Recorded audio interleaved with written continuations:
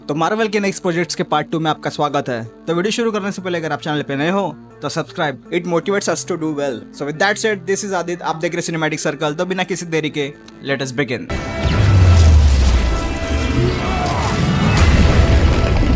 Number 5 पे है fantastic four the first step, जो अगले साल जुलाई 25 को आएगी। 2019 कॉमिक कॉन में फाइगी ने कहा था कि उनके पास फैंटास्टिक फोर या म्यूटेंट्स के बारे में डिस्कस करने का वक्त नहीं है, लेकिन ये जरूरी है कि मार्वल्स फर्स्ट फैमिली यानी फैंटास्टिक फोर एमसीयू में आएगी। इंटरनेट पे काफी लोगों ने प्रेडिक्ट किया था कि ये 1960s के अल्टरनेट यूनिवर्स में डेब्यू करेंगे, जो उनकी एब्सेंस को एक्सप्लेन करने का एलिगेंट तरीका है। दिसंबर 2022 में जॉन वॉट्स को डायरेक्टर अनाउंस किया गया, लेकिन अप्रैल 2022 में उनको निकालने के बाद जॉन क्रेसिंकी का कैमियो के बारे में स्पेकुलेशन शुरू हुआ। A23 एक्सपो में वांडाविजन के मैट शैकमैन को डायरेक्टर के रूप में कंफर्म किया गया और जेफ कैप्लन और इयान स्प्रिंगर को एक स्क्रिप्ट लिखने के लिए साइन किया गया। मार्च 2022 में जॉश फ्रीडमैन ने नया ड्राफ्ट के लिए ज्वाइन किया। नवंबर 2023 में पेड्रो पास्कल को कर्सेड रिचर्ड के रूप में कास्ट किया गया और 2024 फरवरी में उसकी कास्टिंग कंफर्म हुई। वेनेसा कर्बी, जोसेफ पिन और इबॉन मॉसबी कास्ट में हैं। पॉल वॉटर हाउसर, जॉन मैल्कोविक और जूलिया गार्नर सिल्वर सर्फर के रूप में हैं और राल्फ एनिसन गैलेक्टस का रोल प्ले करेंगे। SSDC 2024 में और D23 इवेंट में गैलेक्टस का ग्लिम्स दिखाया गया।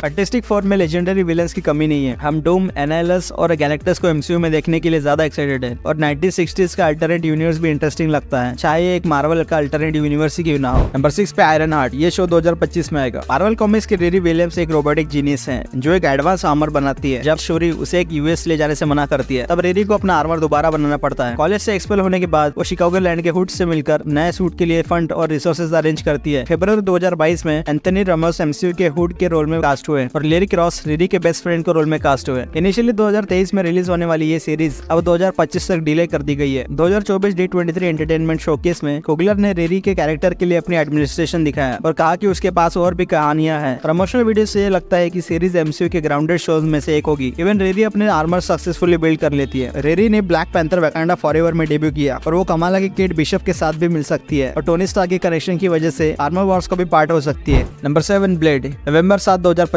इसका रिलीज डेट एक्सपेक्टेड है। फाइगी ने 2019 कॉमिक कॉन में अनाउंस किया था कि मार्शल लिंडी एमसीयू का ब्लेड होगा। शुरू में स्टेसी कूफर को लिखने के लिए साइन किया और फिल्म PG-13 होगी, ये डिसाइड हुआ। जुलाई 2021 में बैसम टरिक डायरेक्टर थे, लेकिन उनके डिपार्चर के बाद डैन डेमेंगे नए डायरेक्टर बने और मिशेल स्टरबरी ने एक स्क्रिप्ट राइटर। अप्रैल 2023 में मिया गॉथ कास्ट में शामिल हुई और निक पिज़्ज़ालाटो नए स्क्रिप्ट पर काम कर रहे थे। स्ट्राइक के बाद डिज्नी ने फिल्म को नवंबर 2025 के लिए पुश किया। अब डेमेंगे भी छोड़कर चले गए हैं और फिल्म का प्रोडक्शन भी रुक गया है। सपोर्टिंग कास्ट को रिलीज कर दिया गया है, लेकिन गॉथर अली अब भी फिल्म का पार्ट है और एरिक पर्सियन लेटेस्ट ड्राफ्ट लिख रहे हैं। फिल्म की 2025 रिलीज डेट अभी भी है, लेकिन बदलने के चांसेस बहुत है। फिल्म ओरिजिनली पीरियड पीस थी, लेकिन अब मॉडर्न एमसीयू में सेट होगी और R-rated भी होगी, जो ब्लेड की एमसीयू को डार्कर और मॉन्स्टर फील्ड कॉर्नर में ले जाएगी। नंबर 8 पे एवेंजर्स डूम्सडे, ये मूवी 2026 1 मई को आएगी। 5th एवेंजर्स फिल्म शायद मल्टीवर्स के सागा के एंड गेम को सेटअप करेगी। 26 जुलाई 2022 को यह खबर आई थी कि डेस्टिन डैनियल क्रेटन इस फिल्म को डायरेक्ट करेंगे। उसके बाद 2022 सितंबर में Ant Man and the Wasp Quantumania के राइटर जेफ लेवनेस को स्क्रिप्ट लिखने के लिए साइन किया गया। क्वांटममेनिया के प्रेस टूर के दौरान उन्होंने टीज किया कि यह फिल्म एक ब्लडबाथ होगी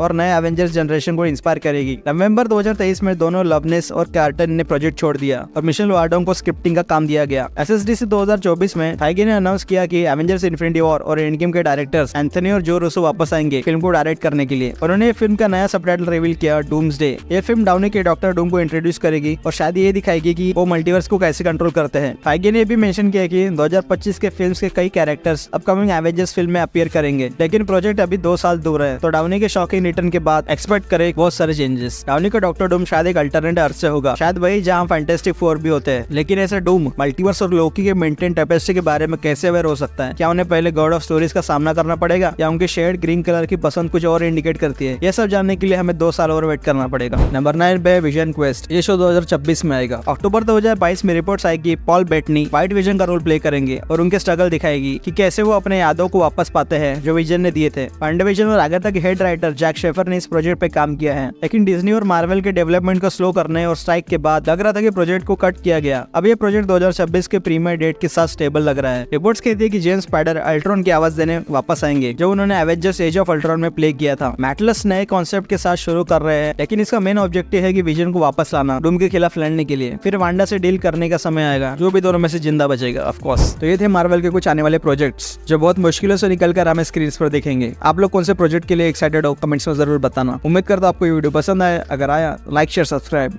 ठीक है, एक तो लाइक और शेयर ठोक दीजिए, महाकाल का लाइक और शेयर ठोक लीजिए, 5000 लौटे दिख जाना चाहिए। With that said, this is Adit signing out. मिलते हैं नेक्स्ट वीडियो में। Peace.